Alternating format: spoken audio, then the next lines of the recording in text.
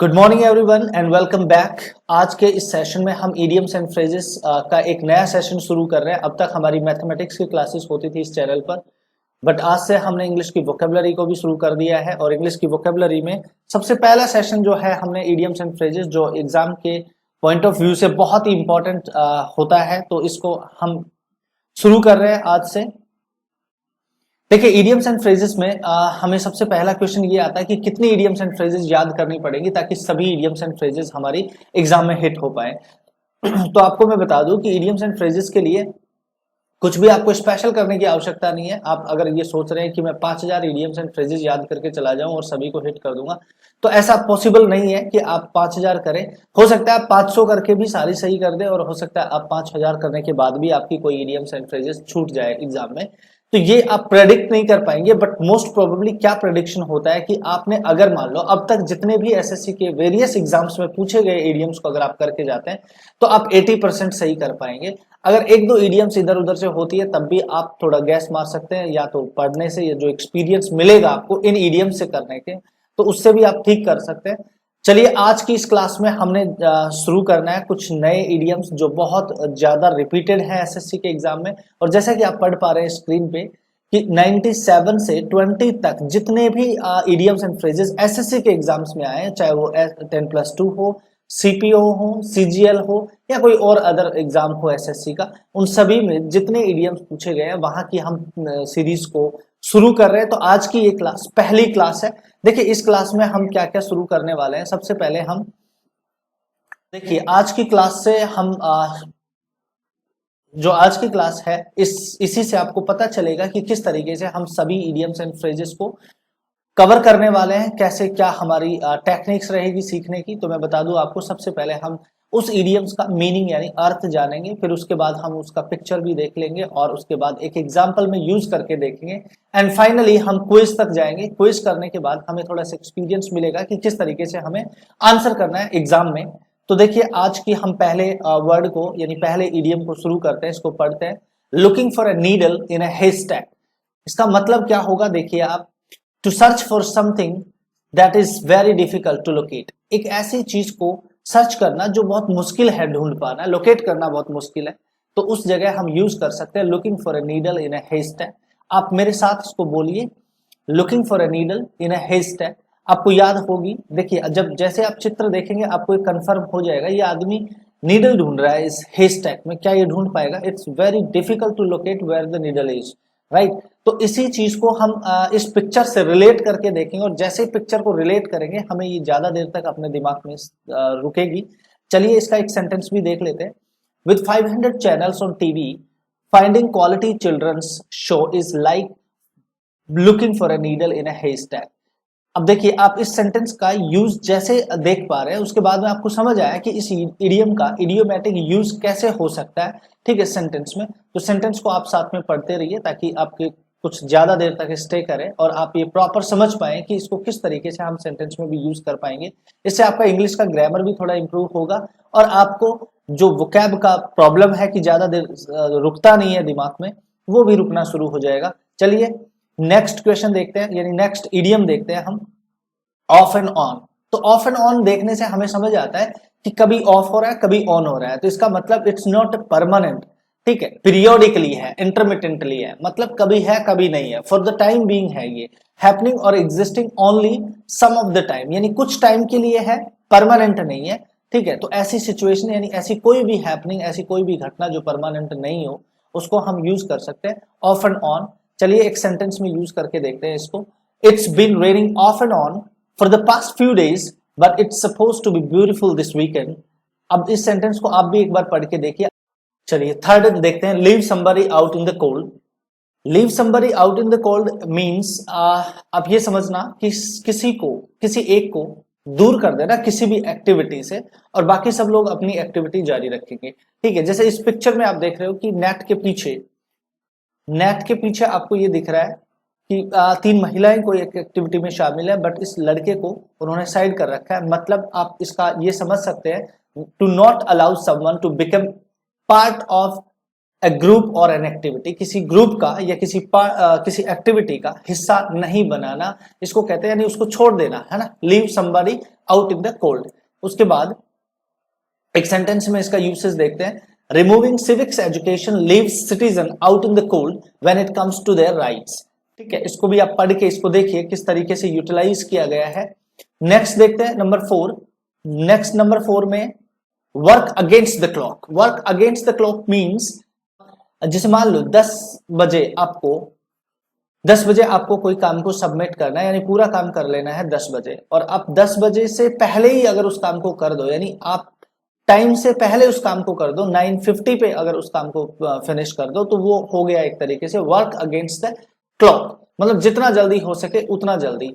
देखिए इसको समझने की कोशिश करना, if you do something against the clock, you do it as fast as possible and try to finish it before a certain time। तो ये एक idiomatic यूज था अगेंस्ट द क्लॉक का, बिफोर अ पर्टिकुलर टाइम और within the allowed time, यानी within the allowed time का means जितना टाइम आपको अलाउ किया गया था उससे पहले पहले अगर आप किसी पर्टिकुलर टास्क को कंप्लीट कर लेते हैं, that means you do something against the clock. देखिए इस पिक्चर में देखेंगे, जैसे ये रेस करती हुई महिला है, इसने रेस पहले क्रॉस कर ली है, जितना गिवन टाइम था उससे पहले ये अपने टारगेट यानी अपने गोल को अचीव कर चुकी है।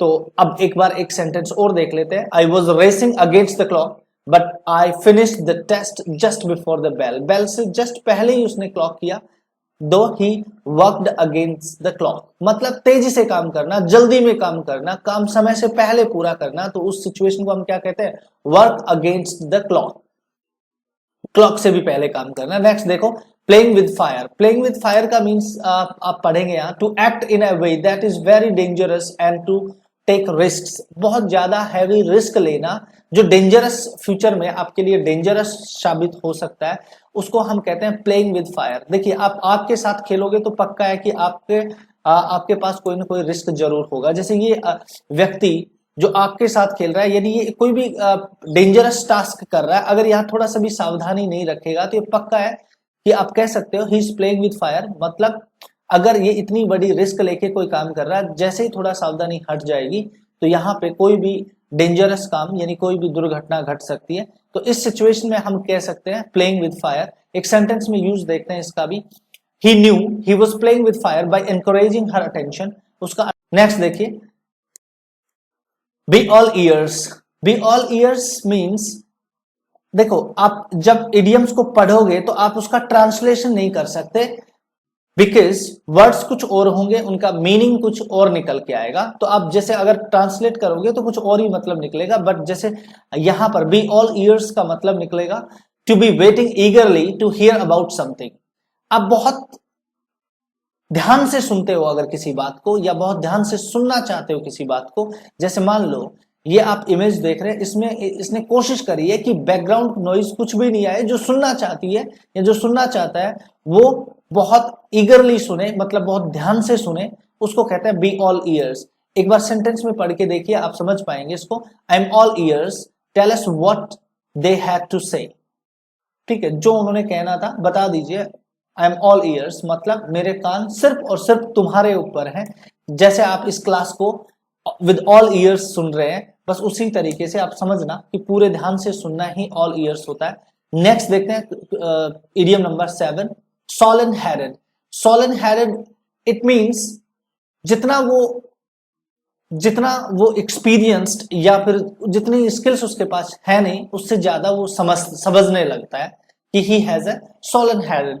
Means thinking that you are more intelligent और more important than you really are. जितने आप इंटेलिजेंट और जितने आप इंपॉर्टेंट हो नहीं, उससे ज्यादा अगर आप समझने लगते हो तो दैट मीन्स सोलन हेडेड। ठीक है, एक बार इस इमेज को देखना कि ये एक बंदर जैसी शक्ल वाला आदमी, या जैसी भी शक्ल आपको इसकी दिख रही है, ये किसी कंप्यूटर के सामने बैठकर, और ये अब देखिए एक ग्लास मतलब शीशे से अपना मुंह भी, फेस भी देख रहा है, और ये समझ रहा है कि इससे ज्यादा इंटेलिजेंट और इससे ज्यादा इंपॉर्टेंट कोई नहीं होगा। ये बहुत ज्यादा विद्वान समझ रहा है खुद को, बट ऐसा एक्चुअली है नहीं। ठीक है, तो आप समझना एक सेंटेंस के through, they have done well but do not allow them to get swollen headed. हालांकि उन्होंने बहुत अच्छा किया है, बट फिर भी आप सोलन हेडेड मत होने देना, मतलब समझ रहे हो ना आप, अगर किसी ने बहुत अच्छा भी किया है तब भी उसको विनम्रता में रहना है, मतलब सोलन हेडेड नहीं होना है, मतलब ऐसा नहीं समझना है कि वो काम उसके बिना हो ही नहीं सकता था, he was the most important man there, ऐसा नहीं होना चाहिए। तो इसको हम कह सकते हैं सोलन हेडेड। सोलन हेडेड कौन लोग हैं आप कमेंट करके बता दीजिए। क्वेश्चन इडियम नंबर 8 को देखते हैं हम। Out of the woods. Out of the woods मतलब वुड्स का मीनिंग तो आप जानते हैं जंगल, और आउट ऑफ द वुड्स जंगल के बाहर तो नहीं होगा, ये कंफर्म है। इसका मतलब ये हो सकता है कि जंगल में कोई मुश्किल हो, उस मुश्किल से बाहर निकलना हो। देखिए एक बार पढ़ के देखिए इसको। नॉट हैविंग ए प्रॉब्लम और डिफिकल्टी एनी लॉन्गर, कोई भी प्रॉब्लम या कोई भी डिफिकल्टी अब और नहीं है, उससे वो बाहर निकल चुके हैं, तो उसको कहते हैं आउट ऑफ द वर्ड्स। ठीक है, एक बार इसको सेंटेंस में भी यूज करके देखते हैं। It's too soon to say if either airline is out of the woods yet.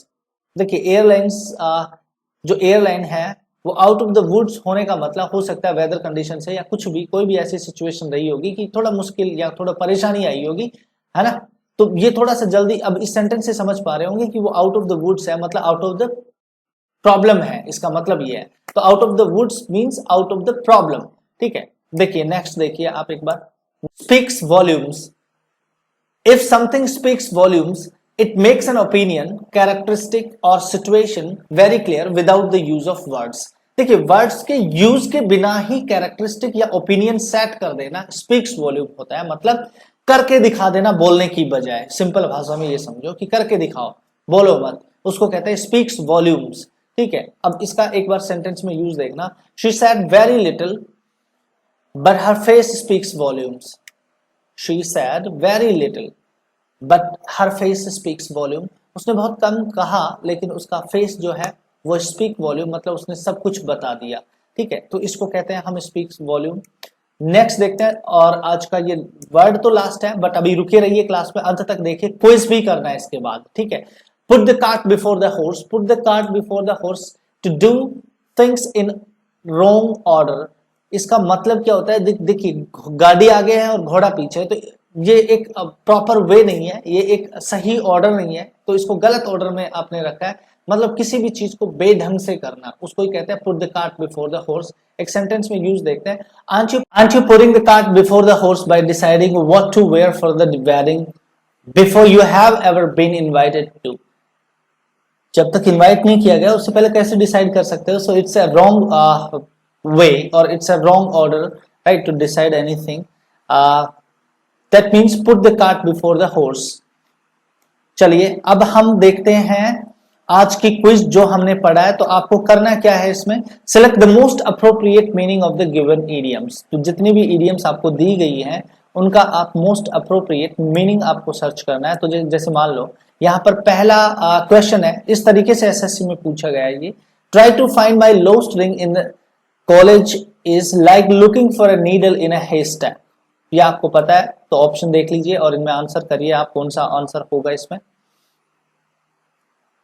Doing something impossible, making a big deal of a large thing, doing something secretly, doing something unimportant. तो आप देखिए यहां पर looking for a needle in a haystack मतलब बहुत ढूंढना, to locate is something very difficult और impossible. तो उसके लिए हमें सिलेक्ट करना होगा फर्स्ट, डूइंग समथिंग इम्पॉसिबल। आप चाहें तो आप जैसे आपके स्क्रीन पर एक क्विज आए, आप ऑन ऑप्शंस देखकर आप आंसर कर सकते हैं अपनी पेन और पेपर पे, और आप चेक करना इन 10 में आपके कितने ठीक होते हैं समझाने के बाद, और कमेंट बॉक्स में आप बता सकते हैं सब अपना स्कोर कि कितना कितना स्कोर किया सबने। चलिए इसका सोल्यूशन देखते हैं। सोल्यूशन नंबर 1 जो हमने पहले ही डिस्कस कर लिया है, looking for a needle in a haystack means to search for something that is very difficult to locate, यही मतलब होता है। बाकी के 3 ऑप्शंस बिल्कुल गलत थे। ठीक है, तो जैसे हम नेक्स्ट पे चलते हैं, तो नेक्स्ट को पढ़िए हम। Off and on I take a break from my hectic schedule to refresh myself. वो ये कहता है, देखिए मैं आपको इसका हिंदी में भी मतलब समझा देता हूँ। Off and on I take a break from my hectic schedule to refresh myself. वो खुद को, स्वयं को, हैक्टिक शेड्यूल मतलब एक ऐसा शेड्यूल जिसमें उसको बिल्कुल भी टाइम नहीं है खाने पीने का भी, ठीक है, बहुत बहुत ज्यादा बिजी रहना उसको कहते हैं हैक्टिक। ठीक है, बहुत ज्यादा बिजी रहने वाले शेड्यूल में अगर वो ऑफ एंड ऑन मतलब कभी कभी ब्रेक ले पाता है खुद को रिफ्रेश करने के लिए, ठीक है, तो अब इसमें 4 ऑप्शन है, रेयरली, सेल्डम, इमीडिएटली और पीरियोडिकली। तो कौन सा आंसर करेंगे आप? रेयरली का मतलब कभी कभार, सेल्डम का मतलब भी बहुत कम, और इमीडिएटली का मतलब तुरंत, आप जानते हैं ये। पीरियोडिकली का मतलब फॉर द टाइम बीइंग। ठीक है, तो ये आपको यहाँ पर ऑप्शन जो करना है वो फोर्थ आंसर करना है। ऑफ एंड ऑन मतलब पीरियोडिकली और इंटरमिटेंटली, जैसा आपने पहले कर रखा है तो आपको याद होना चाहिए। यहाँ पे कंफ्यूज नहीं होना है, रेयरली और सेल्डम नहीं आएगा, पीरियोडिकली या फिर इंटरमिटेंटली होता तो वही आता। ठीक है, नेक्स्ट देखिए आप third quiz. Left out in cold. Left out in cold का मतलब आपको पता होगा कि इग्नोर कर देना किसी चीज को, ठीक है, दूर रखना, किसी भी एक्टिविटी में शामिल नहीं करना। So you have 4 options now, select the which one is correct one. To be criticised, to be ignored, to stand out, to be indecisive. So अब आंसर करोगे आप, क्या होगा? Okay, to be ignored. ये आप आंसर तो कर चुके हैं, मैं आपको आंसर दिखा दूं, बट एक बार जो अदर ऑप्शंस है उन पर भी नजर डाल लेते हैं। टू बी क्रिटिसाइज्ड का मतलब क्रिटिसाइज हुआ है उसके ऊपर। To left out in cold का मतलब क्रिटिसाइज नहीं होता। ठीक है, criticise is just the different thing. ठीक है, मतलब आलोचना होती है ये, जबकि यहां पर तो शामिल ही नहीं करा, शामिल करते उस एक्टिविटी में तो उसके बाद जो रिजल्ट होता उसमें कुछ होता, बट यहां शामिल नहीं किया गया है, मतलब क्रिटिसाइज नहीं होगा। सेकंड, टू बी इग्नोर्ड, ये हमने आंसर कर लिया होगा, टू बी इग्नोर्ड। यहां पर थोड़ा सा ये गलत लिख दिया गया है, ये इसको आप सही कर सकते हैं। ठीक है, तो to be ignored. To stand out, to stand out भी नहीं होगा। टू स्टैंड आउट का मतलब होता है औरों से अच्छा दिखना। ठीक है, औरों से अच्छा दिखना। जैसे मान लो अगर बहुत सारे लोग आए हुए हैं और इन बहुत सारे लोगों में से कोई एक आदमी थोड़ा अलग ही पहचान लिए हुए है, तो उसको कहते हैं टू स्टैंड आउट। जैसे एक सेंटेंस में हम अगर इसका यूज देखें तो ये कह सकते हैं हम कि we have lots of candidates, we have lots of good candidates for the job but one stood out from the rest. तो इस तरीके से हम एक इसका सेंटेंस भी बना सकते हैं। And the last one is to be indecisive. तो to be indecisive, indecisive means ये होता है कि हार्ड टू टेक डिसीजन, मतलब कोई भी आदमी जल्दी से डिसीजन नहीं ले सकता। ठीक है, उसको कहते हैं इनडिसाइसिव। ठीक है, जो डिसीजन लेने में थोड़ा सा कतराता हो या डिसीजन नहीं ले सके, ठीक है, उसको हम कहते हैं इनडिसाइसिव। तो यहां पर जो आंसर था वो था second, to be ignored. Indecisive का भी आप यूज कर सकते हैं किसी भी सेंटेंस में। ऐसे एक सेंटेंस बना सकते हैं कि an indecisive man could never run the country. ठीक है, कोई भी ऐसा इनडिसाइसिव मैन जो आराम से डिसीजंस नहीं ले सकता, वो किसी भी कंट्री को नहीं चला सकता, मतलब उसका राजा नहीं बन सकता। इस तरीके से आप यूज कर सकते हैं इनडिसाइसिव का मीन भी। ठीक है, तो left out in cold means to be ignored. 3 हम क्वेश्चन को कर चुके हैं जिस तरीके से 4 ऑप्शंस दिए गए हैं हमारे पास। Let's take fourth, work against the clock. You know that before the time आप सबमिट करते हैं काम को, तो इनमें से pick out the one which is the best answer for this. Work late in the night, work against all problems, work in great hurry, work with concentration. Now hit the answer. Yes, the third one is correct one, work in great hurry. Hurry मतलब जितना जल्दी आप करोगे तभी तो काम समय से पहले होगा। तो work against the clock is not something against the problem or late in the midnight, right? Late night से कोई मतलब नहीं है इसका। इसका मतलब यह है कि submit the task before the given time. जो आपको टाइम दिया गया उससे पहले अगर आप किसी टास्क को पूरा करके देते हैं, that is something which you have done a work against time, work against the clock, sorry. तो थर्ड ऑप्शन सही था इसका। आप थर्ड को आप यहां पे मार्क कर सकते हैं। आप चेक करना इन 10 में कितने ठीक कर पाए आप। Raju was playing with fire when he made speeches against the management. समझिए इसको। Raju was playing with fire when he made speeches against the management. Management के अगेंस्ट कोई speech banana was just like playing with the fire. ऐसा था। 4 options दिए गए हैं। Pick out the right one, taking a grave risk, lighting candles, smoking a cigarette, provoking the crowd. Now pick out one, which one is right? Okay, so the first one is correct, taking a grave risk. Yes, absolutely. Playing with fire we already have covered the meanings, but एक बार फिर से देख लो आप। To do something that could cause your trouble later, एक ऐसा काम जो आपने करा है या जो आप कर रहे हो या जो आप करते हो जो फ्यूचर में आपको ट्रबल यानी परेशानी दे सकता है, उसी को कहते हैं प्लेइंग विद फायर। ठीक है, let's move to the next one, sixth. Throughout his speech the crowd was all ears, पूरे स्पीच के दौरान क्राउड मतलब भीड़, was all ears मतलब ध्यान से सुन रही थी। ठीक है, बताइए, चार ऑप्शन है, pick out the right one.